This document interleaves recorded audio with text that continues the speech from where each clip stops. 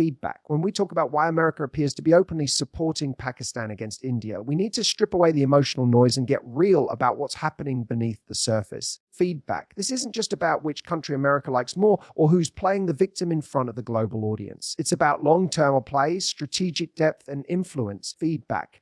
And when you look at it that way, the picture becomes clearer. America is not playing favorites because of sentiment. It's doing what all superpowers do. Securing leverage. Feedback. South Asia is one of the most geopolitically volatile regions in the world. You've got two near powers, India and Pakistan, locked in a relationship that's been tense for decades. Feedback. One is rapidly rising economically. The other has historically been a frontline ally in America's wars. But here's where it gets interesting. India's rise threatens to shift the balance of power. Feedback. Not just in South Asia, but across the broader Indo-Pacific region. That's not something the US can ignore, especially when it's simultaneously trying to contain China. So ask yourself this. Feedback. If you were the US and you saw India forging deepers with Russia buying cheap oil on its own terms and refusing to take sides in global conflicts, feedback. Wouldn't you be a little wary of putting all your chips on New Delhi? Supporting Pakistan, even just visibly enough to be noticed, feedback. Gives America a pressure valve, a way to remind India that it isn't indispensable. It's a tactic, not a love letter. America's involvement in South Asia isn't new. Feedback. But what's changed recently is how America views control, not through military bases or permanent troop presence anymore, but through influence. Influence over supply chains. Feedback. Influence over military posture, influence over regional cooperation. Pakistan, with its complex web of internal instability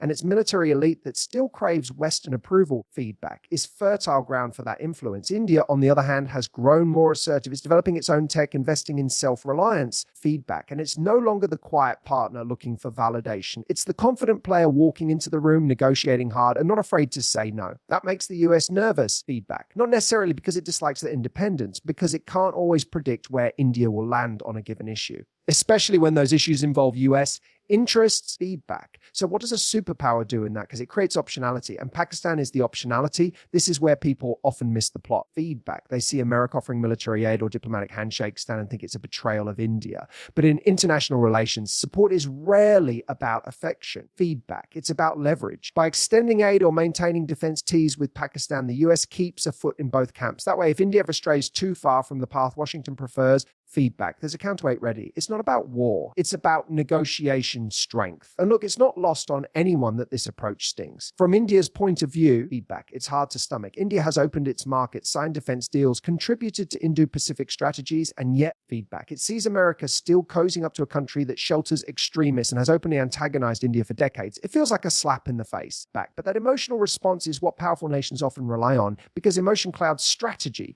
America's move isn't an accident. Feedback. It's a calculated reminder that India's cooperation is valuable, but not beyond question. There's also the broader context to consider. In the chessboard of the Indo-Pacific, the US, feedback, is desperate to build a coalition to contain China. India is the biggest democratic counterbalance to Chinese dominance, but India is not signing on to everything. It's not aligning as cleanly as Washington might hope. That makes America uncomfortable. So it signals up. If you won't play ball completely, feedback. We've still got other pieces on the board. One of those pieces is Pakistan, but that doesn't mean the US wants Pakistan to dominate or overtake India. Feedback. That would be absurd and strategically reckless. What it does mean is that America wants just enough tension to maintain influence over both. It wants both sides to look over their shoulder. Feedback. Because the moment one player feels too secure, negotiations become harder, aid becomes less effective, diplomacy loses urgency, balance ensures attention. Feedback. So when we see America seemingly siding with Pakistan, whether it's through military upgrades, diplomatic statements, or financial packages, it's not blind support. It's calibrated pressure. Feedback. A reminder that the US still holds cards. And that's important because in international politics, perception shapes reality. If India believes it can't be challenged in the region, feedback, it's less likely to comply with American priorities. But if Pakistan remains visible in America's sphere, India is not pushed but nudged back toward the negotiating table. Now, feedback. None of this excuses the consequences. These choices have real-world fallout. They affect security dynamics, embolden dangerous actors, and strain diplomatic relationships. Feedback. But from a purely strategic perspective, they make sense. They reflect the kind of game superpowers play when they feel their influence slipping. That's the harsh truth. Feedback. And it's not about fairness. It's about leverage. If we want to understand why the United States is leaning toward Pakistan. Despite India's larger economy, stable democracy, feedback, and growing global influence, we have to talk about America's long-standing security interests, particularly in relation to Afghanistan and the broader counterterrorism agenda. Feedback. Because while economic partnerships and ideological alignment matter in the real world of diplomacy, security always speaks louder of. Let's just take a moment to look back. For 2 decades back, the United States was neck deep in Afghanistan. Trillions spent, thousands of lives lost, and the only country that consistently gave America logistical access, ground intelligence, feedback, and supply chain routes during that war was Pakistan. Now, sure, that relationship was rocky. There were trust issues, double games, and moments when it seemed like Pakistan was playing both sides. Feedback. But from a strategic standpoint, the US couldn't afford to alienate Pakistan then, and it still can't afford to do it now. Here's why.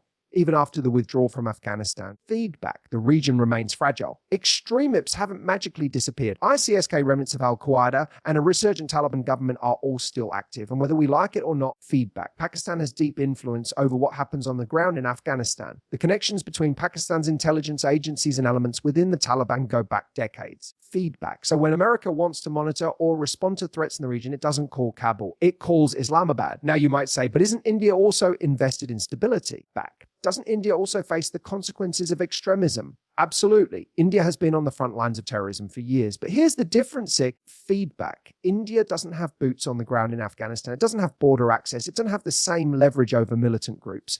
Strategically speaking, feedback. Pakistan is still the geographic and political gateway to whatever happens west of the Khyber Pass. That alone keeps it relevant to Washington. Feedback. This is where things get uncomfortable for people who think of international relations as a matter of fairness or friendship. America doesn't support Pakistan because it believes Pakistan is right. Feedback. It's Pakistan because it's useful. It's about access, about reach, about the kind of influence you can't get through trade deals or diplomatic summits. Feedback. When you're trying to track a terrorist network or stop an arms flow through the region, it's not the foreign minister's speech that matters. It's who controls the border crossing. Feedback. And Pakistan controls a lot of those strategic points. India, on the other hand, has been a valuable partner in other ways: economic development, defense manufacturing, tech collaboration, feedback, and Indo-Pacific strategy. But when it comes to on-the-ground counterterrorism in Central and South Asia, America still sees Pakistan as a critical operational player. Feedback. And that operational value turns into political leverage. That's why the US continues to engage Pakistan despite all the red flags. We'll also have to remember feedback. America doesn't just plan for today. It plans for future conflicts, future terror cells, and future intelligence needs. And in that calculation, cutting Pakistan loose is seen as too risky. Back. Even if the relationship is flawed, even if Pakistan has harbored groups that oppose American interests, the idea of having no channel into Pakistan's military intelligence complex is worse. Feedback. It's the classic devil you know dilemma. The US would rather deal with a problematic ally it understands than risk total instability in a region that could explode with one wrong move. Feedback. India doesn't like this dynamic, and frankly, who can blame them? They see Pakistan being rewarded with aid, military assistance, and political legitimacy. Feedback. Even after incidents like the harboring of Osama bin Laden or cross-border terrorism in Kashmir, it feels unjust. But in America's calculus, feedback. This is a matter of containment through engagement. It believes that by staying in the room with Pakistan, by offering limited support and controlled incentives, it can keep a lid on things that would otherwise spiral out of control. Feedback. That's a tough pill for India to swallow, especially when India has gone out of its way to present itself as a responsible power, a stabilizing force in a region full of volatility. Feedback. But this is where we see how layered and cold strategic decision-making can be. The US and base its alliances purely on values. It bases them on utility, on geography, on history. Feedback. And most importantly, on future projections of where trouble might come from. Afghanistan isn't just a past war. It's an ongoing concern. Feedback. Every intelligence report that hints at a regrouping terror cell in the tribal belt is a reminder to US makers that they still need Pakistan. And every drone strike, feedback, every covert surveillance mission, every diplomatic maneuver in that part of the world often requires either Pakistan's cooperation, or at the very least, its silence. That's a form of leverage. Back. And Pakistan knows it. So does the United States, for all its strengths, doesn't offer that kind of access. It doesn't share a border with Afghanistan. Feedback. It doesn't have deep ties with the Taliban. And while India can help balance China in the Indo-Pacific or serve as a tech and trade partner, feedback. When it comes to the dirty work of regional counterterrorism, the US still sees Pakistan as the more tactically essential partner, even if it doesn't like everything that comes with the package. Feedback. This creates a delicate dance. Publicly, the US is India's role in maintaining democratic values, supporting multilateral institutions, and developing regional infrastructure. Feedback. But behind closed doors, in the classified cables and back-channel meetings, it's often Pakistan that gets the call when there's a credible threat. Feedback. And that's not going to change overnight, no matter how much diplomatic pressure India applies. This isn't about loyalty, it's about calculation. America's calculating risk, reach, back. and relevance. Pakistan offers proximity and leverage in places where America no longer wants to plant its own footprint. That kind of value, however frustrating feedback, gives Pakistan continued access to US support, even if it's not always visible or direct. So while India might lead with principle and vision, feedback, Pakistan remains essential to America's survival instincts in the region. That's why support doesn't always go to the most deserving. It goes to the most useful. When we try to untangle why America continues to support Pakistan despite India's rise as a democratic and economic powerhouse, feedback. One of the key threads we have to pull on is the military and intelligence relationship between the United States and Pakistan. This relationship, while not always smooth, runs deep. Feedback. It's been shaped by decades of strategic cooperation, war zones, intelligence sharing, and tactical necessity. And it's that long feedback, embedded history, flawed as it is, that keeps Washington from turning its back on Islamabad, even when logic seems to point in the other direction. Let's not pretend this is about shared values. Feedback. It's not. America doesn't support Pakistan because the two countries have aligned worldviews or mutual cultural admiration. No, this is about capability. Feedback. About what Pakistan can offer in terms of operational intelligence and military logistics, particularly in regions where the US either cannot go or does not want to go anymore. Feedback. And that matters a lot when you're a country trying to manage threats without putting more boots on foreign soil. The US-Pakistan military partnership goes all the way back to the Cold War. Feedback. But it took on a completely different tone after 9/11. Suddenly, America needed partners in the region who could help conduct surveillance, offer logistical routes, feedback, and act as a base for operations in Afghanistan. Pakistan stepped in, not because it was eager to help, but because it saw opportunity. In return for access and cooperation, the US, feedback, poured in billions of dollars in aid, equipment, and training. That kind of investment doesn't just disappear overnight. It creates dependence, familiarity, and in some ways, obligation back. So when we see America upgrading Pakistan's 16s or continuing joint training programs, it's not some random act of generosity. It's about keeping the channels open. Feedback. About making sure the military-to-military ties stay intact. Why? Because Pakistan's military is still the most powerful institution in that country. Not the elected government, not civil society. Back. The military. If America wants to keep some grip on Pakistan's direction, it does it through that institution. And let's talk about those 16ths for a moment. Every time the US, feedback, announces support or maintenance packages for Pakistan's air fleet, India sounds the alarm, and with good reason. India knows exactly where those jets have been pointed in the past. But the US, feedback, response is always the same. These upgrades are strictly for counter-terrorism purposes. And maybe technically that's true, but in geopolitics, intent and impact aren't always the same thing. Feedback. Even if the jet's meant for combating insurgents, they're still operational assets that can be used elsewhere. Feedback. That flexibility is what concerns India and what makes Pakistan's military so valuable to the US. Then there's the intelligence layer. Pakistan's intelligence agency, the ISI,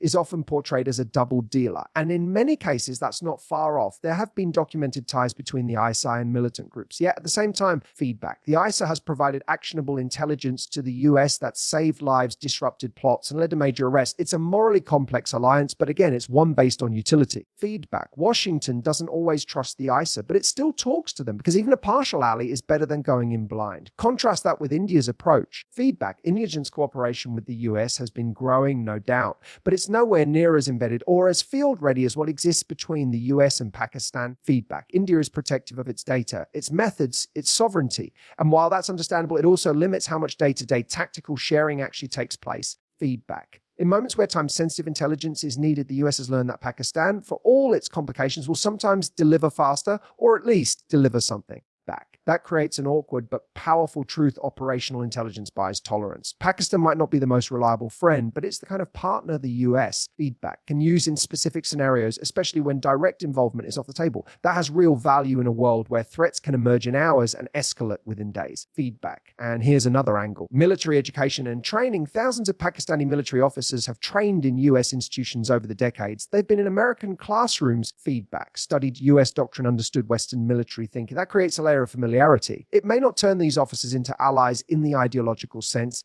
but it does mean they know how to communicate, how to coordinate, and how to keep the door open when things get tense. India, by contrast, feedback, has relied more heavily on Russia for defense training and equipment in the past, although that's beginning to shift. But those long-standing US-Pakistan defense linkages, feedback, they're still alive, still funded, and still considered valuable in Washington's eyes. It's also about having fallback options. America doesn't want to be cornered. Feedback. It doesn't want to be overly dependent on any one partner, even if that partner is India. So by continuing military cooperation with Pakistan, it builds flexibility into its regional strategy. Feedback. If India one day refuses to share airspace intelligence or access, America has a plan B. That's not a judgment on India's loyalty. It's just how superpowers operate. Feedback. They diversify their influence because relying on a single pillar is risky. risky. None of this means that America ignores the danger posed by certain elements within Pakistan. Feedback. It's not blind to the proxy conflicts, the cross-border terrorism, the internal instability, but the cost of completely cutting military and intelligence ties is simply too high. Feedback. The fear in Washington is that if the US disengages completely, China or Russia will fill that vacuum. And with even less concern for democratic norms or regional stability, feedback. India's frustration here is completely valid. India sees itself building a future-focused relationship with the US based on innovation, democratic governance, and mutual respect. And yet,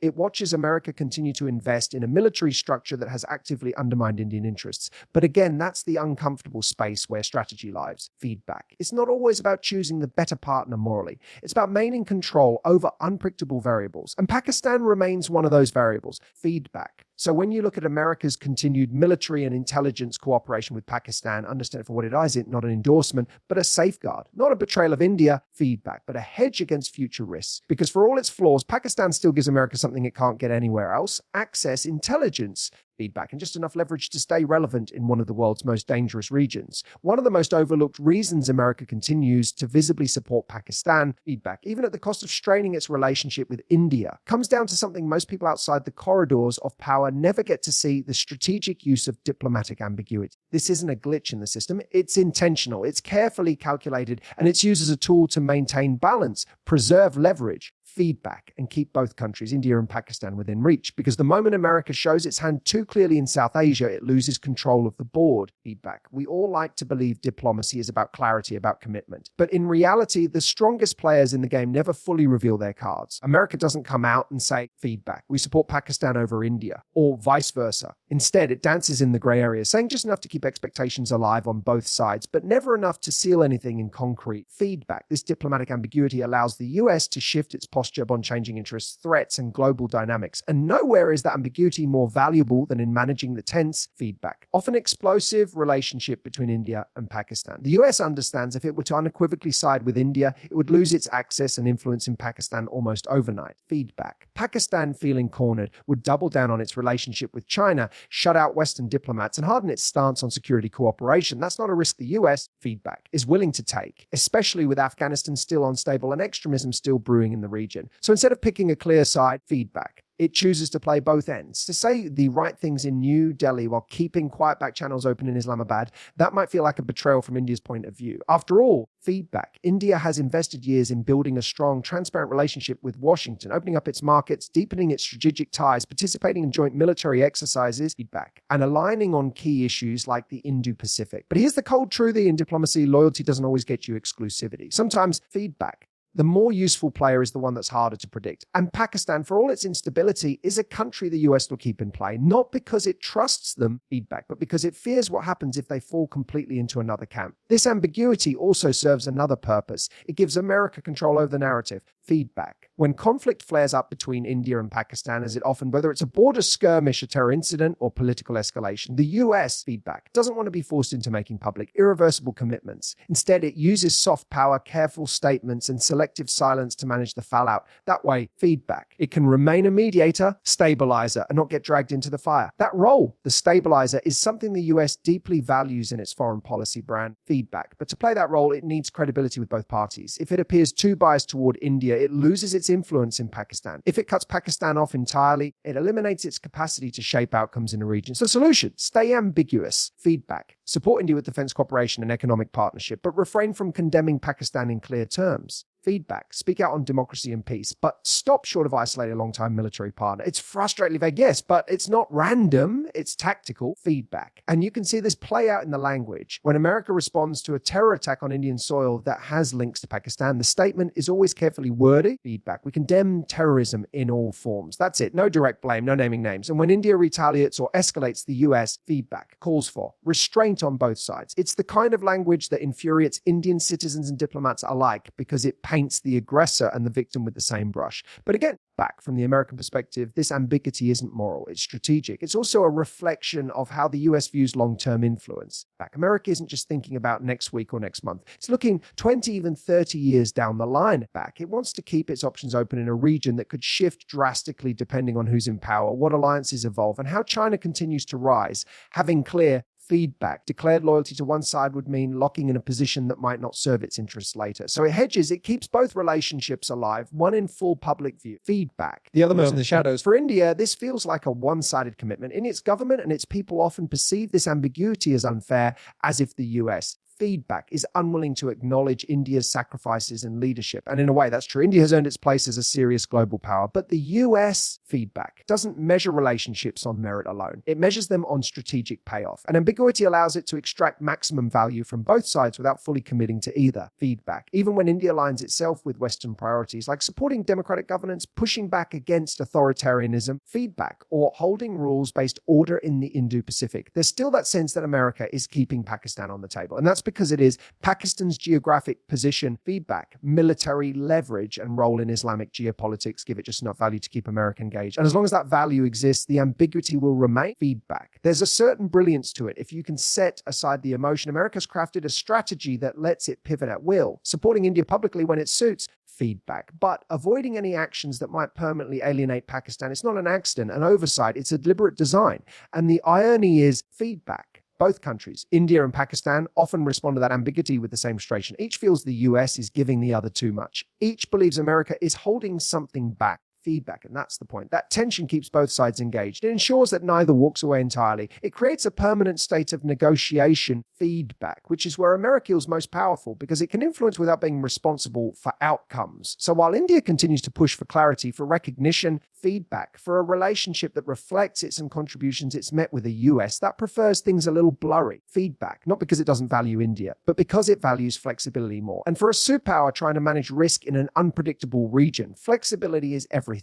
That's why America's ambiguity toward Pakistan isn't a sign of confusion, it's a strategy built on control. Feedback. Now, if we want to be honest about the whole picture, we can't avoid talking about economics, because when you stripe everything else away, alliances, rhetoric, feedback values. So many geopolitical decisions come down to money, trade, markets, leverage, and in the case of Pakistan, back. One of the lesser acknowledged yet significant reasons America continues to engage with it is economic pragmatism, tied to defense contracts, regional influence, and the business of war. Feedback. This isn't about supporting Pakistan in some noble ideological way. It's about maintaining an economic pipeline that has been quietly feeding into the broader machinery of US feedback, foreign interests for decades. Here's the part we often miss: even instability is a price tag, and for some it's profitable. The defense industry, for example, feedback doesn't just function in times of peace. It thrives on managing risk, arming allies, and preparing for contingencies. Pakistan, feedback, being a nuclear-armed nation with a volatile border and deep military entrenchment, remains a key node in that network. Feedback. When America approves military aid or sells equipment, even under the label of counterterrorism support, it's not just strategic, it's economic. Feedback. There's a whole industry built around these decisions. From contractors to suppliers to geopolitical consultants, every transaction becomes part of a massive, moving economy. Back. But it's not just about selling jets or surveillance systems, about retaining influence in South Asia's military market. See, for a long time, feedback. Pakistan's military hardware relied heavily on US-supplied systems. If the US were to completely sever that support, feedback, it would open the door wider for competitors, namely China or Russia, to step in and supply what Pakistan needs. And once those relationships deepen, they're hard to unwind. So, feedback. In continuing economic and military ties, the US isn't just helping Pakistan, it's protecting its own long-term commercial and diplomatic interests. Back. This is where the concept of sunk cost comes into play. The US has invested billions of dollars into Pakistan through military aid, humanitarian programs, infrastructure deals, feedback, and intelligence sharing operations. That kind of investment doesn't just evaporate. There's a natural instinct, especially in bureaucratic systems, to protect past investments. Feedback. You don't want to walk away and let your competitor harvest the fruit of your labor. So even when there's frustration with Pakistan's internal politics or duplicity on terror issues, feedback. Washington still finds reasons to justify economic engagement. It's not always about what Pakistan is doing right now. It's about what Pakistan represents if the US leaves that space. Feedback. And of course, you can't ignore China in this equation. China has been pouring money into Pakistan through its Belt and Road Initiative, particularly the China-Pakistan Economic Corridor. Roads, back. Ports lines. The whole infrastructure strategy is designed to give Beijing deep access to the region. For the US, every Chinese investment in Pakistan is seen as a growing threat. And so, rather than stepping back and surrendering economic influence, America plays the game by staying involved, financially, militarily, politically, because every dollar spent is a foothold retained. Feedback. The conscience, though, is striking. On one hand, India is clearly the larger economic opportunity. It's got the numbers, the growth, the technology boom, the startups. Feedback. Americans are investing heavily in India. Trade is expanding rapidly. Yet, despite all that promise, the US still keeps Pakistan in the portfolio. Why? Feedback. Because economic strategy isn't only about growth. It's also about control. And while India offers growth, Pakistan offers leverage. Feedback. That leverage earned through crisis management and conflict prevention can be just as economically valuable as a booming stock market. There's also a more delicate truth.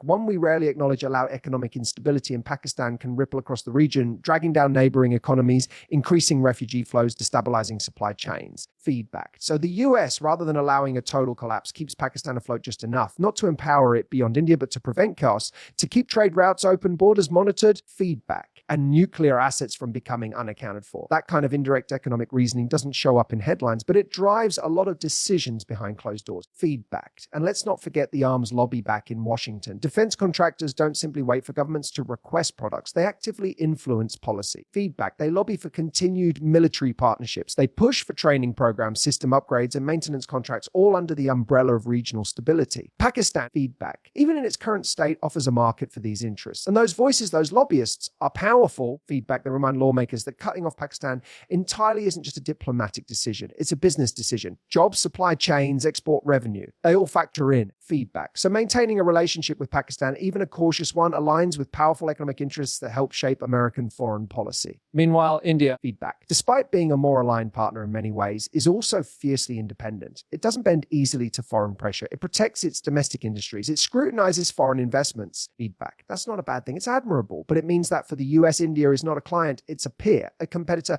even in certain economic arenas. So while the US, feedback, may prefer India in terms of shared values and democratic governance, it doesn't always find it as pliable or easy to influence economically. Pakistan, on the other hand, still depends heavily on US aid and access. That dependency is leverage. And in economic policy, leverage often counts more than ideology. Feedback. We also have to consider the optics of economic engagement. For appearing to support struggling economies fits into a broader narrative, international responsibility. Feedback. When Pakistan teeters on the edge of bankruptcy or needs IMF bailouts, the US often supports conditional relief, not just out of humanitarian concern, but because maintaining even minimal stability aligns with broader economic and security goals. Letting a nuclear-armed nation spiral into economic collapse is a risk few are willing to take. Feedback. And so the funding, the trade, the aid keeps flowing not as a reward, but as an insurance policy. This might sound harsh, and from India's perspective, it absolutely feels unfair. Feedback. Because India is doing so many things right, building a powerful economy, holding democratic norms, expanding innovation, and yet it sees its adversaries still receiving American support back.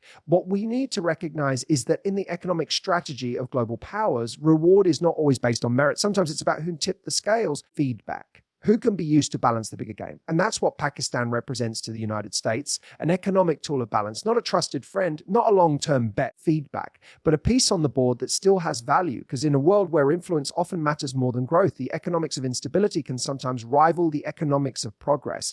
Feedback. Let's be honest, something that most people, even in international affairs, hesitate to say out loud. Emotions matter, narratives matter, and so do public perceptions. Feedback. We often talk about geopolitics as if it's all made up of hard numbers, cold strategy, and black-white decisions. But beneath all of that, there's a very human layer.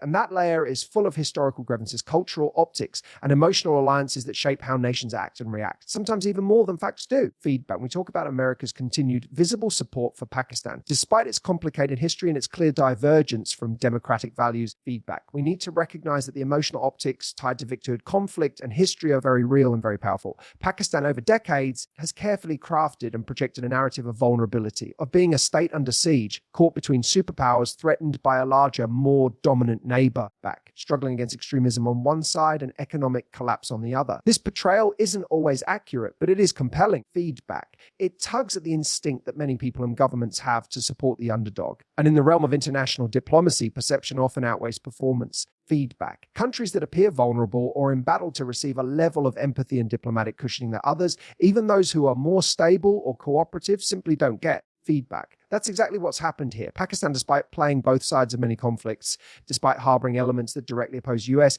interests, feedback, still manages to present itself as the misunderstood, indispensable partner that the West just doesn't get. And that story has stuck. You see it in media coverage, in policy think tank feedback, even in congressional debates. It's always the same idea. We can't abandon Pakistan. We have to keep trying to help them, to reform them, to bring them closer. That narrative creates an emotional hook, especially when compared to India, which is often framed, ironically, as the stronger back, more self-reliant player who doesn't need saving or sympathy. And here's where things get more complicated. India's strength, its independence, feedback, its refusal to play the victim card, while admirable, actually works against it in some corners of international diplomacy. Because America, like any other major power, feedback, sometimes finds it easier to work with countries that show need the opposite of aid, the justification of engagement. It all becomes simpler when you can point to a crisis, a breakdown, a danger. Feedback. India rarely gives that opportunity. It projects strength, stability, and an ambition to lead, not beg. But in a world where emotional narratives drive attention and resources, feedback. Strength is often misread as distance or worse, as arrogance. It also doesn't help that Pakistan has tied its emotional narrative to religion and identity in a way that resonates globally. Feedback. The story of a Muslim nation born out of petitions surviving against odds. This resonates with many Western audiences that are sensitized to the complexities of Islamic nations in global politics. Feedback. Even when Pakistan's internal policies are questionable, or even when it is accused of enabling extremism, feedback. There's this persistent tone of, but look at the challenges they face. That framing keeps the door open. It allows for excuses, it softens criticism, and it ensures continued engagement. Feedback. Meanwhile, India, with its pluralistic democracy, its economic rise, its global cultural influence, ends up being seen more as a power to be negotiated with than a partner to be nurtured. Feedback. This changes how support is structured. With Pakistan, the tone is we must help them survive. With India, it's we must balance against them. Feedback.